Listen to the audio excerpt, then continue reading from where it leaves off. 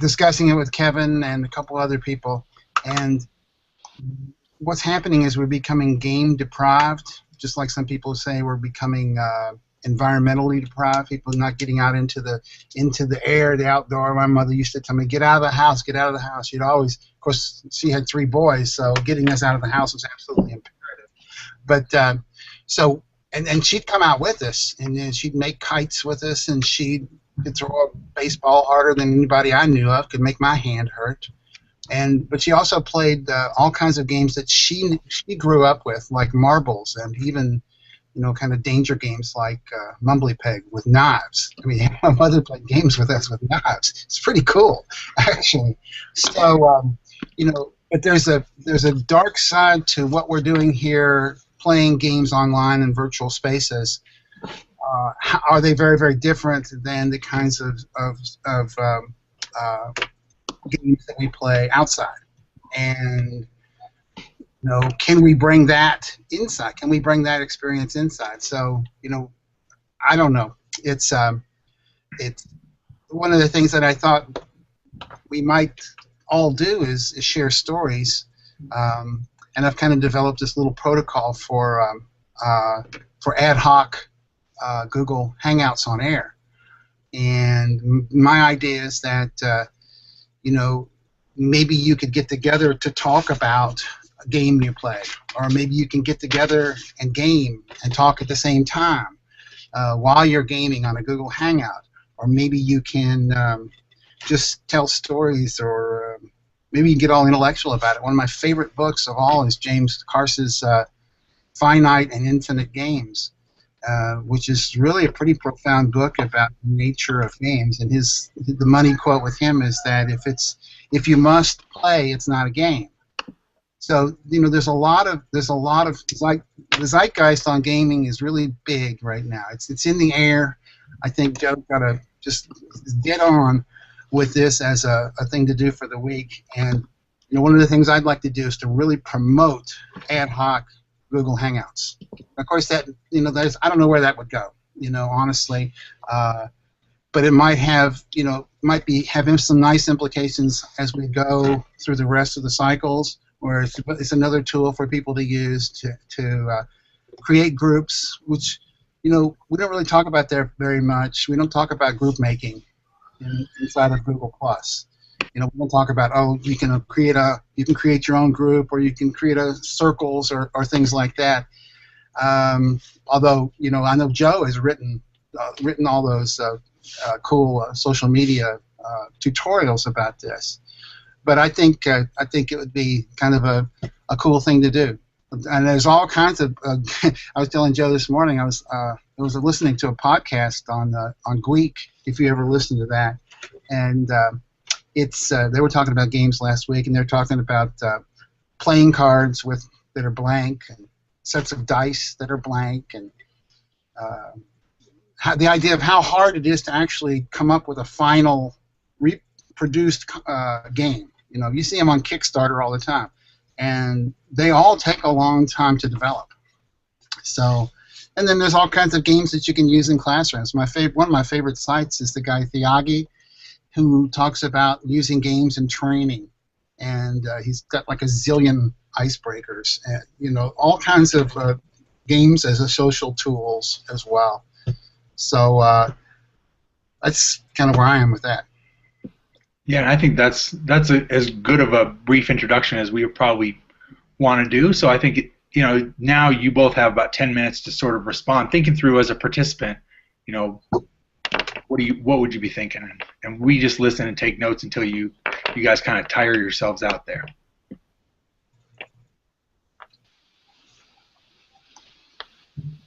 I give the floor to Kim. She wants to start. I don't know if I guess I have more questions than I have responses, because this whole idea of, like make a game, play a game, but is there going to be like a suggestion of games that people will engage in? And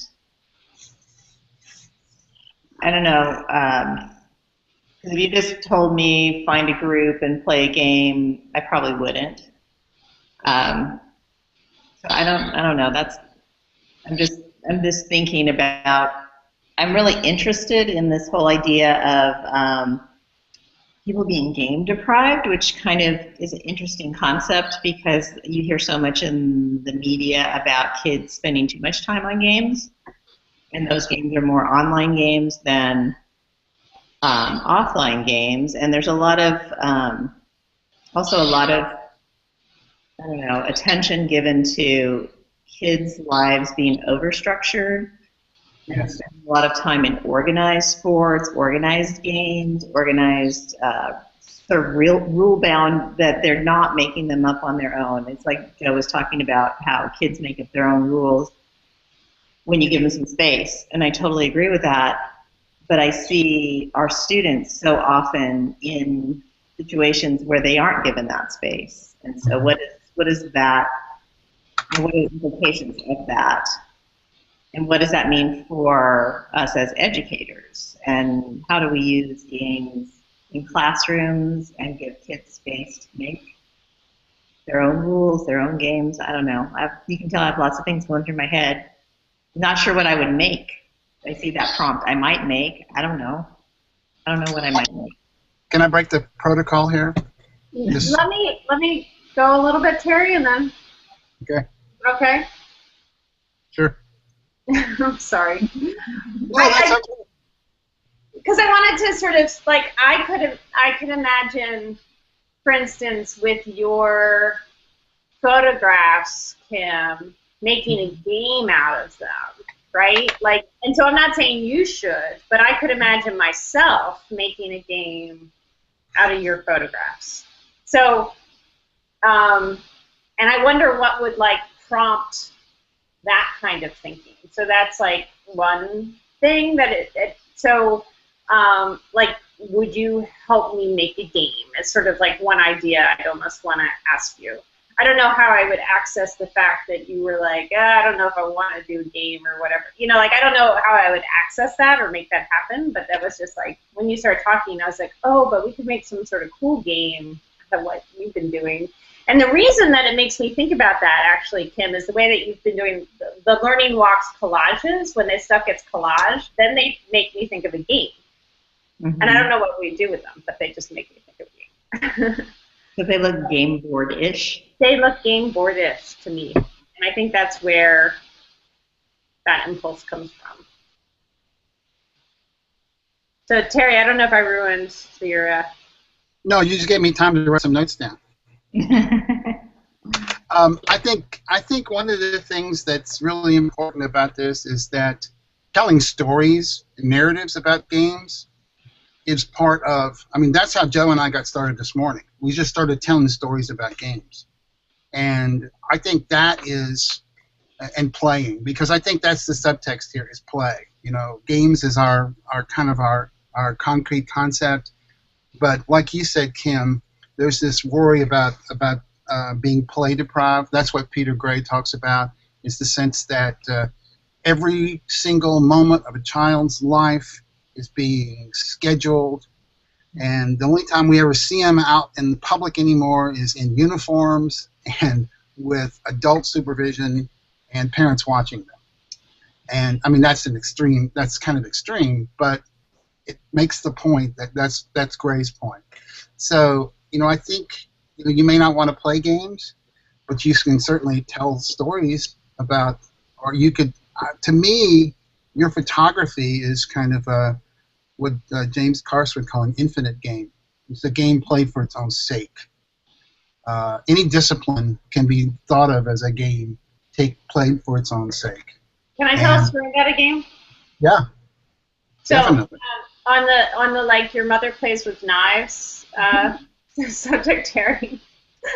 My father, you know, like he used to tell me about half-ball, right? They would like take the inside of the baseball, the rubber part, and they'd split it in half, and then they'd have this like half-ball, right?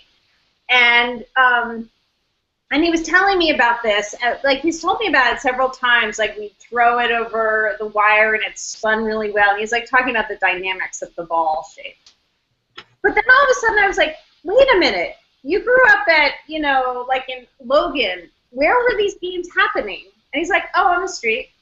And I was like, what do you mean on the street? Oh, yeah, like on the corner. And I was like, well, what about the traffic? Well, we just ran around the cars. Like, the traffic was part of it, right? Like, that was the whole. So when you actually get into the game with him, it was like this super dangerous, crazy thing. They used to play all the time,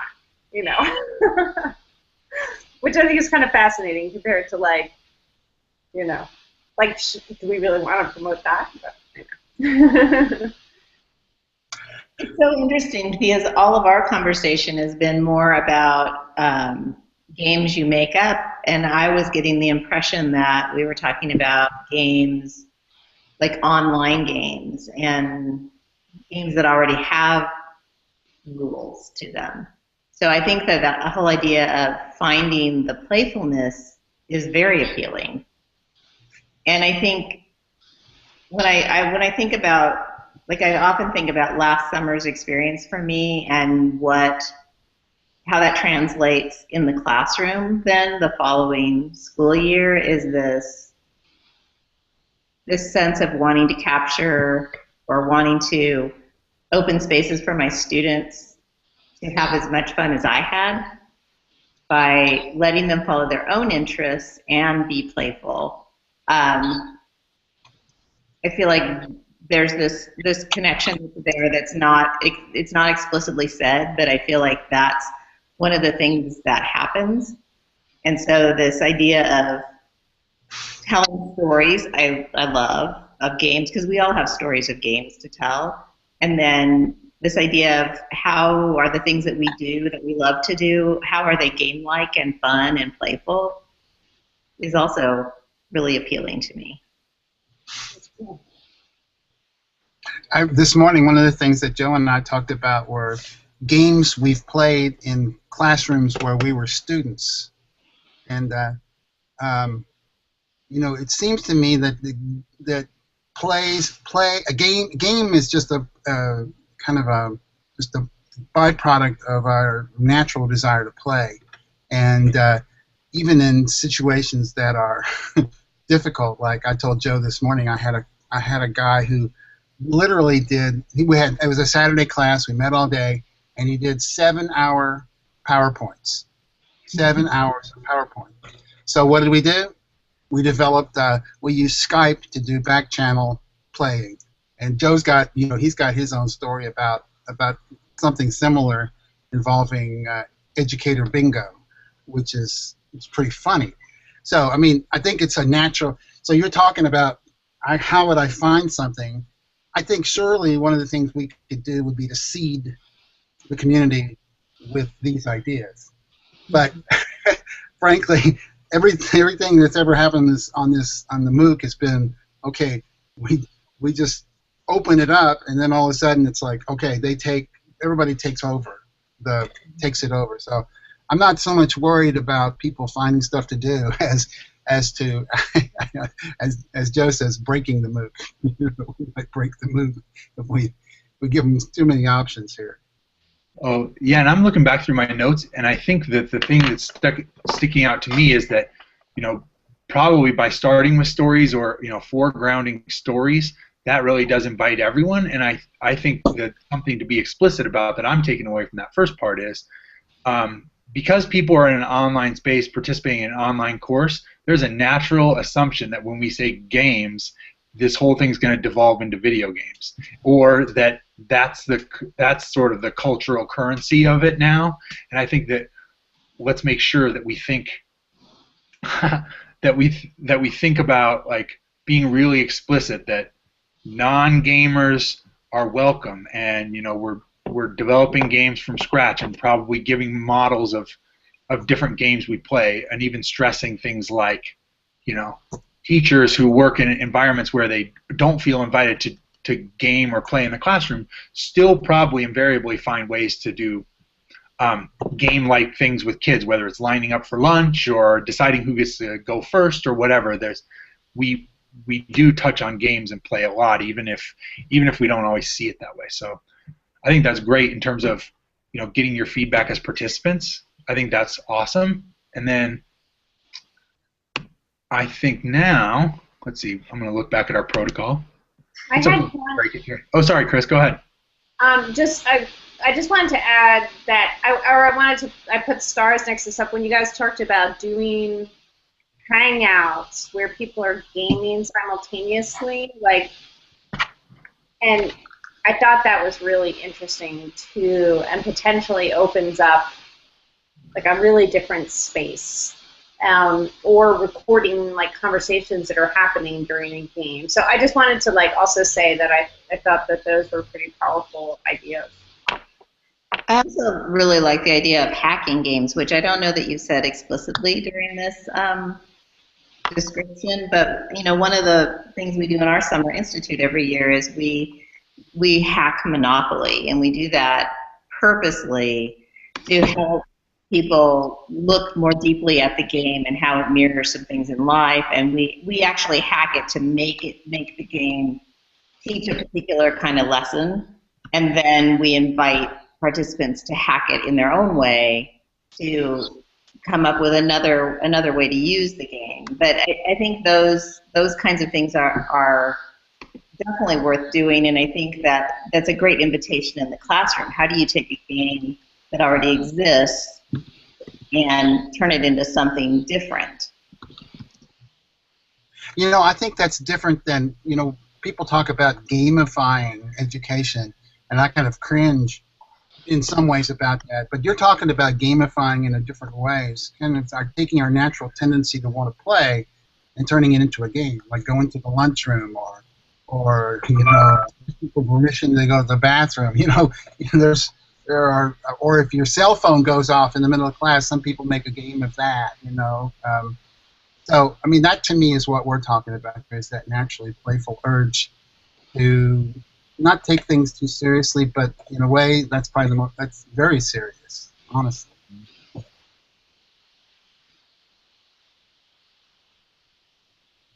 So though we're breaking protocol a little bit, I think we've definitely sort of heard the feedback and kind of processed it a little bit. And so I personally feel like we've gotten a lot of good information. Maybe I'll just read through a few more things from my notes, just so I think it's important that when you guys share that feedback that you hear us kind of say it back. So Kim was saying, a suggested list of games would be supportive. If you just told me to find a group and play a game, I won't. And so I think, how do we support and scaffold that, or how do we make it like invitational and not something where, your first job is to find a group and your second job is to figure out what you're actually supposed to do with the group. It's like, there can't be that big of a barrier to entry. And then, but what is interesting was Kim was interested in the idea of that we're game deprived, and that there's, when we're constantly bombarded with conversations about kids online playing games, so challenging the notion that we're game deprived. And then the idea that, it's rule bound, when adults supervise rule bound games, and it's different than kids having to adapt rules and referee their own games. So, and then with Christina, it was about, who could she invite to make a game with her. So if she was feeling comfortable, she would ask people to make a game, and then she might make a game out of Kim's photos, and then how the learning walks themselves seemed like they would lend themselves to a game. And then the story, I love the story about dad played hackball on the street in traffic, and it's kind of interesting that there's sort of the threat of dangerous games played by parents. Michael's here.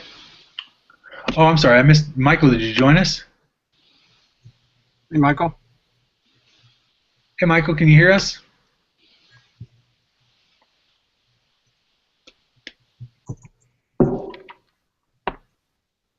What I'll do, if Michael can hear us, what I'll do is tell him that we're glad he's here, and I'm going to share our responses so he can look over that form really quickly, so he feels like he kind of understands, and then we'll jump into the facilitation side. That is, if he can hear us eventually.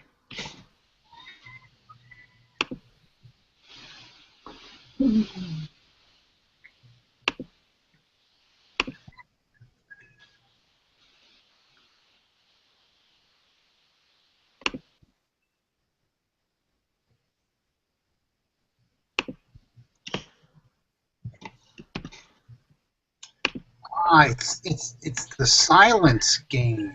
Ah, the silence. I know this game. Well, maybe he can hear us, or he's not quite sure. Maybe we'll just proceed, right? Yeah. He's the definition of a lurker at this point, except we know his name. It's the only thing that makes him different from a lurker. So Terry, as facilitators, what do you think we're like? What are our keys? If we can kind of synopsize our keys to facilitating this week in sort of 5 minutes, and then Kim and Chris can talk back to that. I think the idea is to kind of equate games and play. And hey, Michael. Hello. There you are, Michael. How are you? I'm good. I'm sorry I'm really late. Oh, no problem. Hey, we really appreciate you joining. And do you know how to find the chat on these things? Yes. Okay, so what we kind of thought we might do, there's a little form that we complete that kind of gives you a brief synopsis of what we're planning for the week. And the goal here actually is for you to just hear a little bit about our plan and then speak back to our plan, even though you don't kind of get the full picture.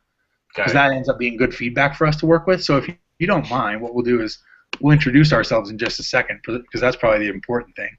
But I'll also make sure that you have that little form in your chat so you can look this over in like a minute and a half, and then you're as prepared as we need you to be to kind of speak back to it. So great. So but let's introduce ourselves. I'm Joe. I'm Terry. Michael, you know me. I'm Kim. And I'm Christina. Hi, Michael. Hello.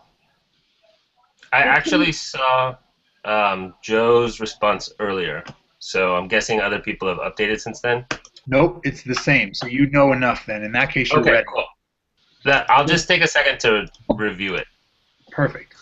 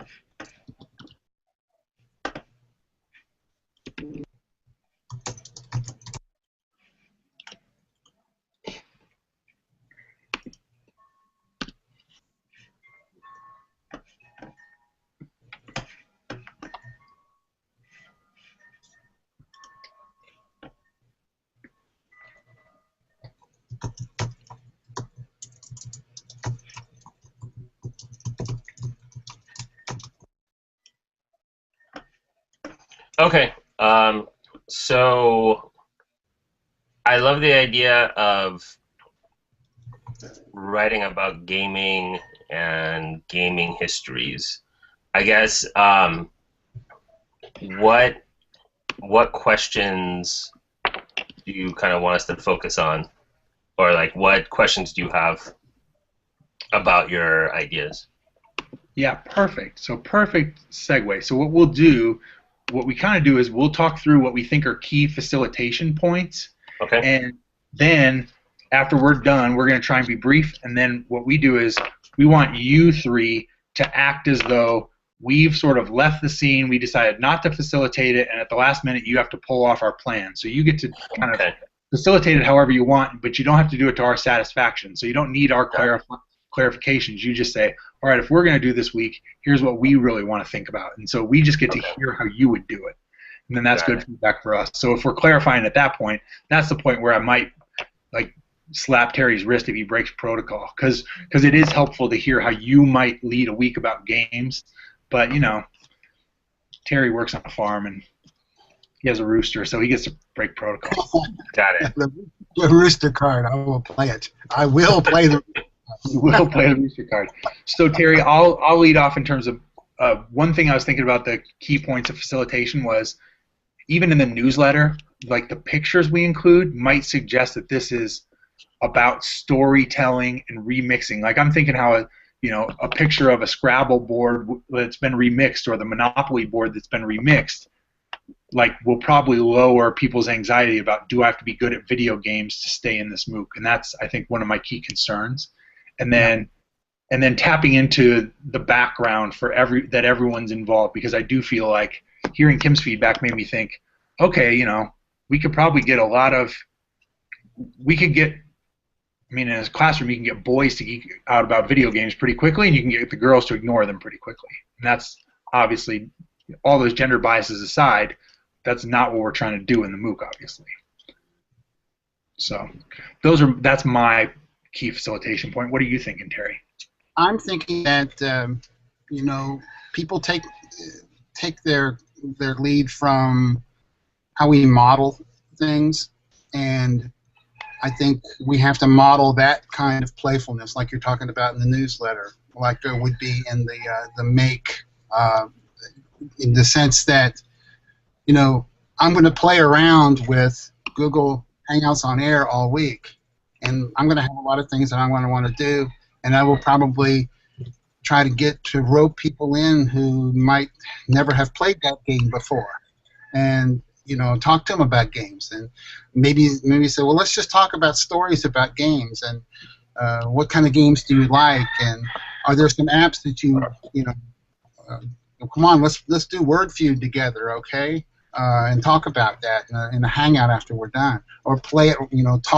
Play the game while we're talking. So I think that's what I'm going to do, is to be playful, roam around like a pirate, dread pirate on the ocean, a whole week, and that's part of my attitude.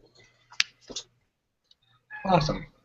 So with that much a background about how we're thinking about facilitating, then you all will just talk about, again, if you had to take over the MOOC and facilitate game week, you get to think about these things that I'll drop in the chat. I'll put them there. Very good. Christina, you're awesome. So we will listen for a few minutes. I was just thinking that another fun thing, in addition to both ideas that Joe and Terry put out there, is this idea of take something that you're interested in and that you enjoy doing, whatever it is, indoors, outdoors, online, not online, and make a game out of it. Might be another fun approach to take. And so, whether that's, I'm thinking about Terry's farm right now, and he obviously has all kinds of things that he does there. What of it could be a game, and how would that be different in my part of the world where there is no farm here? And so what would a game look like here in my suburban neighborhood? Just another idea to think about. Ooh. I might be explicit about the idea that, building on what Kim said, anything can be a game, so that perhaps people who are a little reluctant because they think a game has to be Halo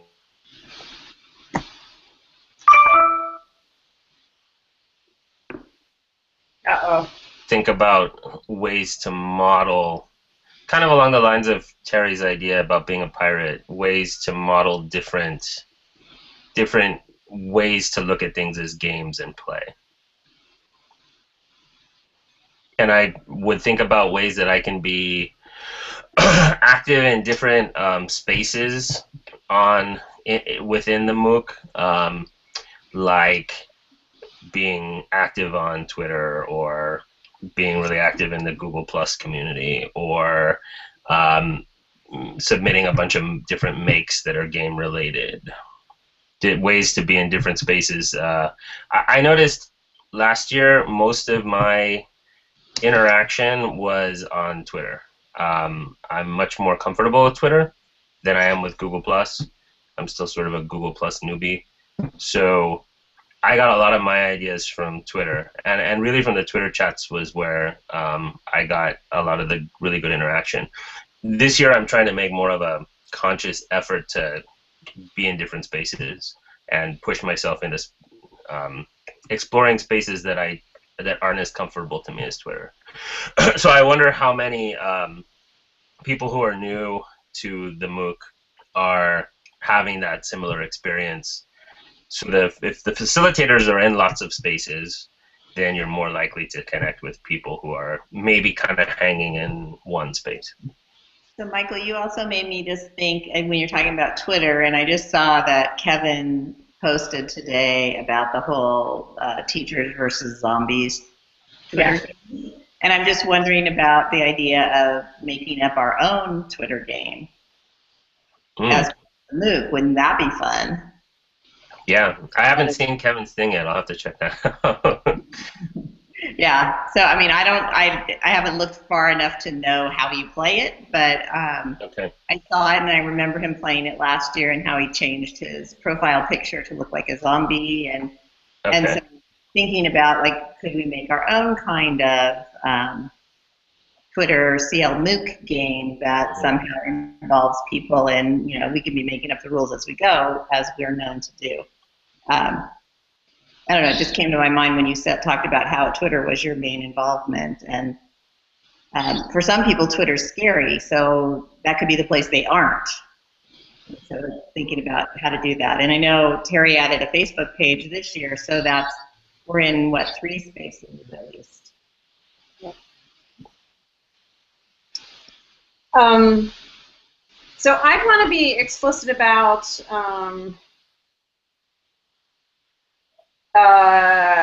finding the playfulness that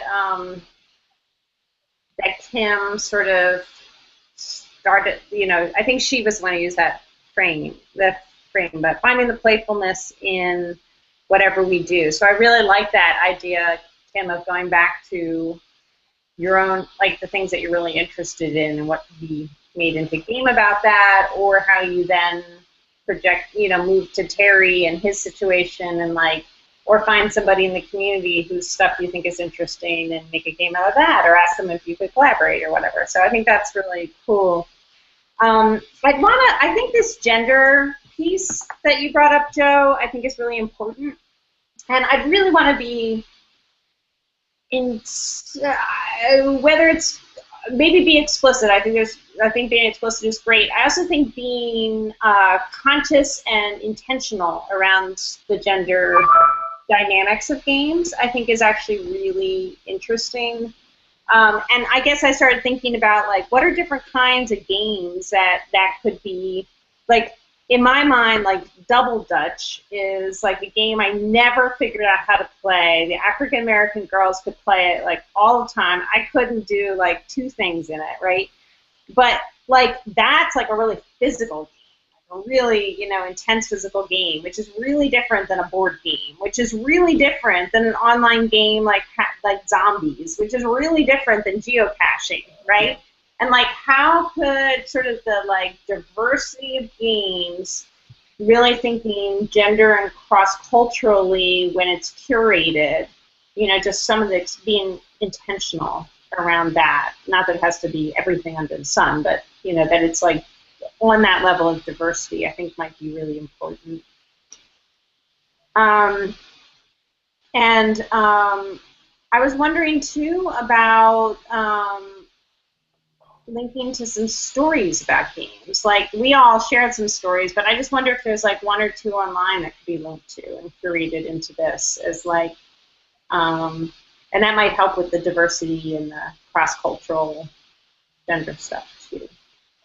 And then I'm sorry, I'm rambling on. I had all you guys spot all these ideas, but the zombies thing, that might be a great space to suggest hacking.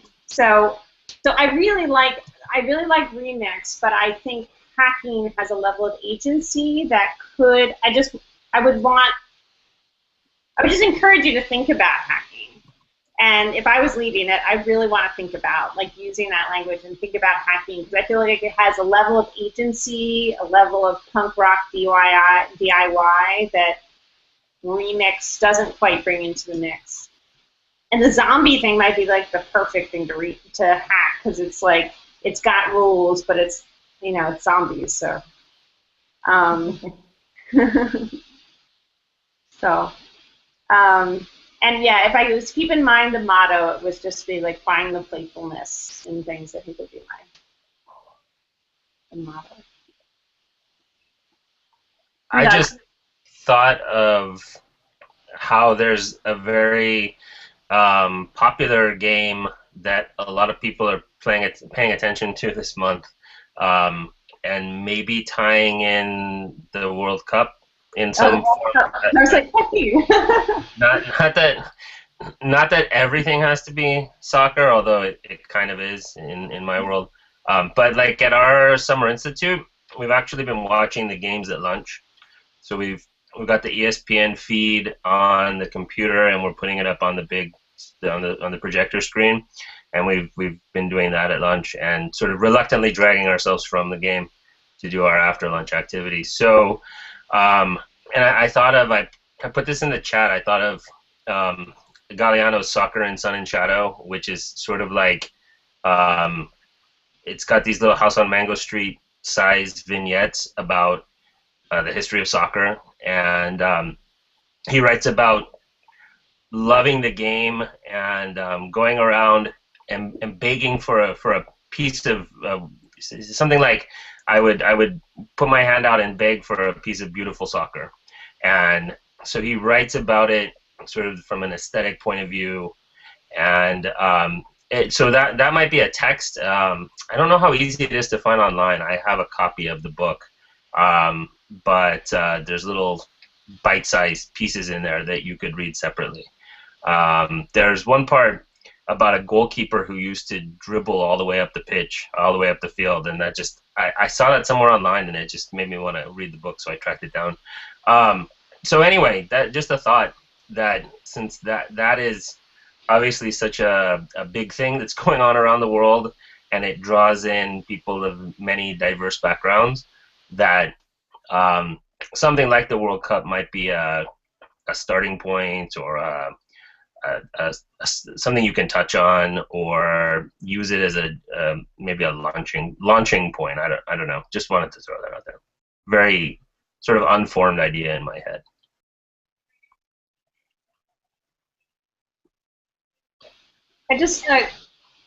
I really think that's a strong idea. I mean, I loved how you brought the World Cup into the make with me last night, Michael. I thought people were going to kick me out if I kept updating. No, that was awesome. And then there's something about the current eventsness of it that I feel like is potentially important. So.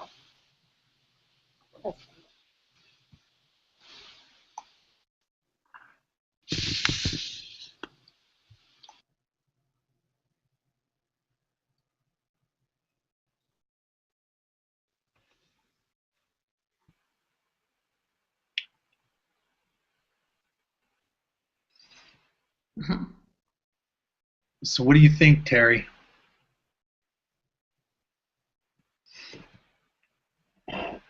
Let me unmute.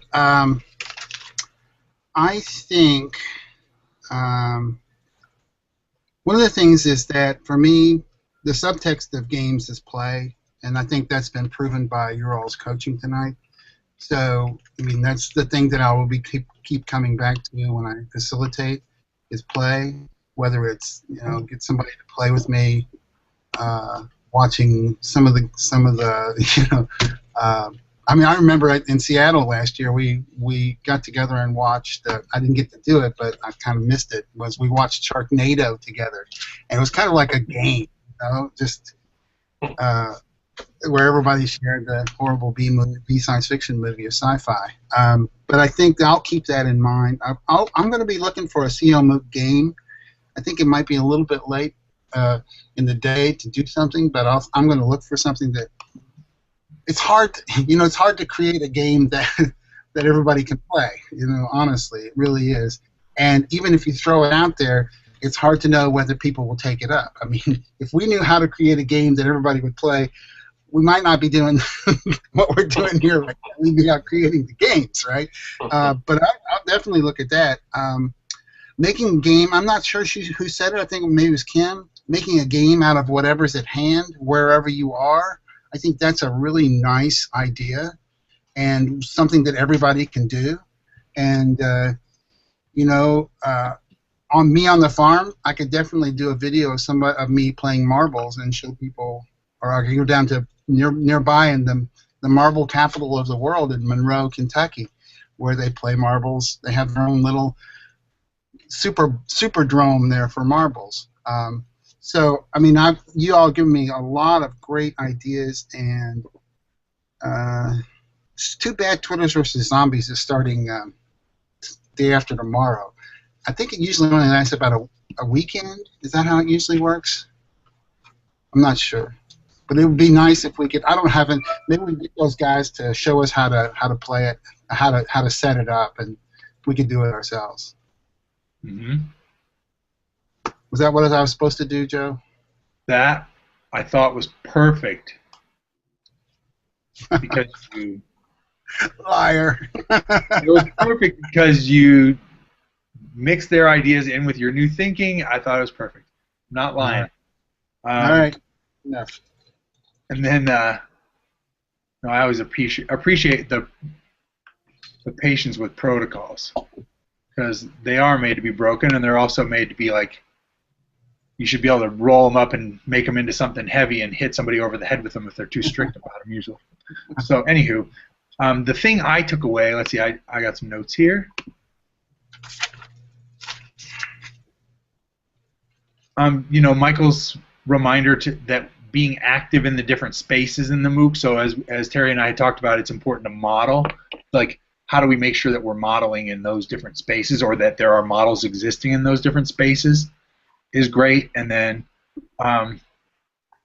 when Michael talked about his comfort level with Twitter, it reminded me of the game that Chad and Andrea Zellner made up a while back at one of their hack jams, where if you tweeted something to a hashtag they made up, they would draw a picture of what you tweeted and tweet it back. And I tell you, it had me rolling. And that, in a sense, became a game. But of course, you know, they didn't have to play Scrabble or Halo. They just made up something like, if you tweet to this hashtag in the next hour, here's what will happen. And they were drawing stick figures on sticky notes. And it was, to me, it was a riot. And so, and I plan to, I want that in the newsletter. And then, let's see. You know, I think I take away what Chris said about just finding playfulness in whatever we do. I think that resonates with teachers in terms of, you know, when you're tired and it's the end of the year, how do you find playfulness, that kind of thing. And then, let's see. And then I also agreed that I like the World Cup business because I do feel like it's current events-y, and I think that, you know, there's obviously a soccer game going on, and then there's a lot of games around the game, so that's interesting to me. And then, what else? And then Kim said, for some people, Twitter is scary. And I wrote, for others, zombies are scary, and I think I was just being a smart aleck in my notes there.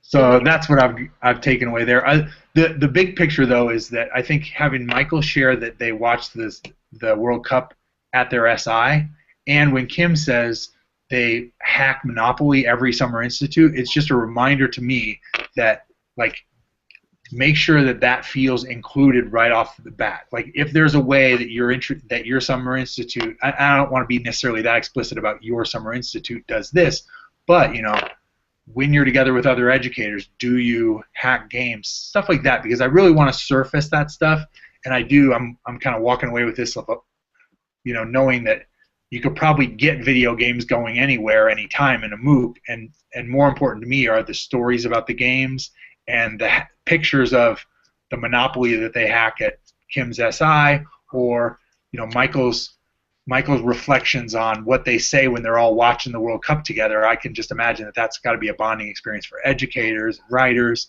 So, you know, how do we make sure that we don't devolve into video games, and we make sure that we surface those things? I know you think about all the kinds of games that people make up in those sort of dead times when you end up sitting around and waiting for something? Or, I mean, how many times do you make up a, you know, I spy with my little eye kind of, you know, let's make this time go faster when we're sitting in the car or when we're, you know, doing all those kinds of things. And being out with the young writers today, I mean, you could sense the games that they invent for themselves to fill up those spaces of times when they're spending too much time waiting or whatever. And I think those are good things, because I think that that's those spaces that Terry was talking about earlier, those unstructured times where even though kids are, quote, being watched, they're also not watched so closely that they can create their own games in those spaces. And I think some adults are really good at modeling those games for kids, and some not so much. Mm-hmm. I love that. And I love the, like there's that thing about honoring the hangout time, Kim, and I think that that's part of what happens in the hangout time, right? The messing around time.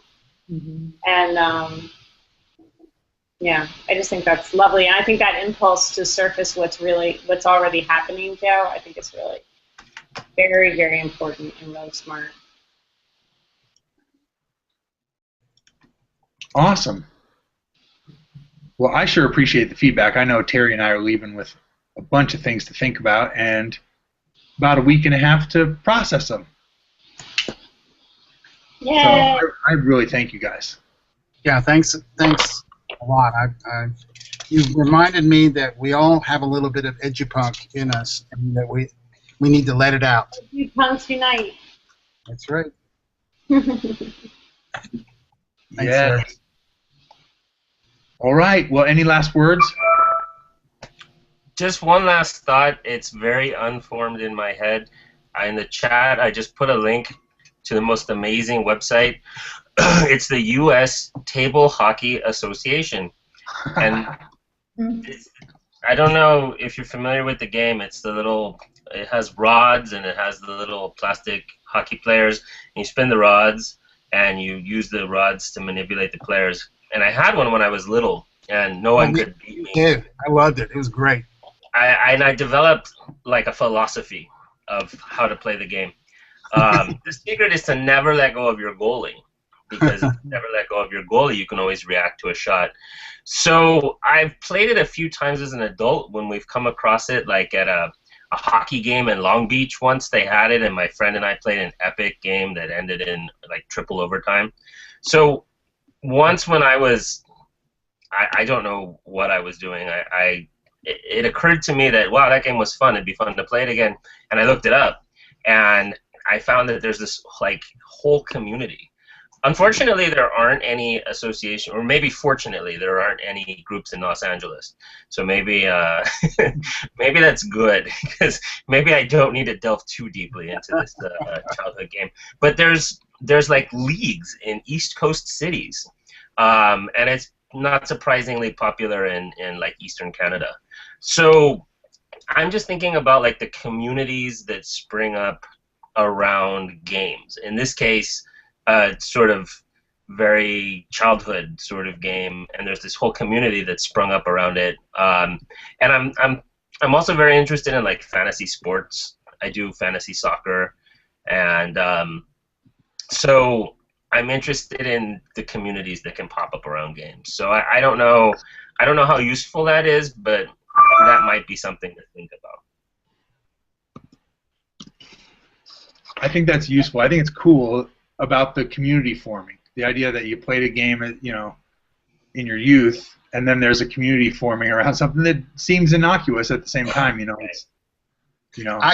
I think that it's when Joe, when you were talking about this morning about breaking the MOOC, I think that's as close to what you mean and what I mean as it gets, is in the sense that we present this notion of gaming and playfulness, and then everyone takes it from there and breaks the boundaries of the MOOC and all the digital spaces that we have, and creates an even larger, I don't even know if we call it a MOOC, it would just have to be just a space that I would love to break the MOOC into into a bigger place. And I think Michael, you've got an idea there that just the fact is I said in the chat that, see Joe, this will be so easy.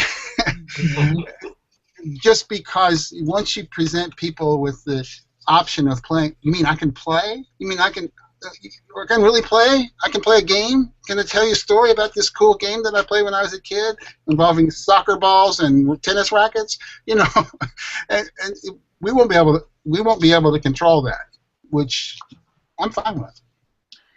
Yeah, I agree. I think I want Michael's screencast as he goes through that website in the community and kind of talks about why it's awesome, because I could go through it, but his knowledge and his history would make the screencast really valuable to me.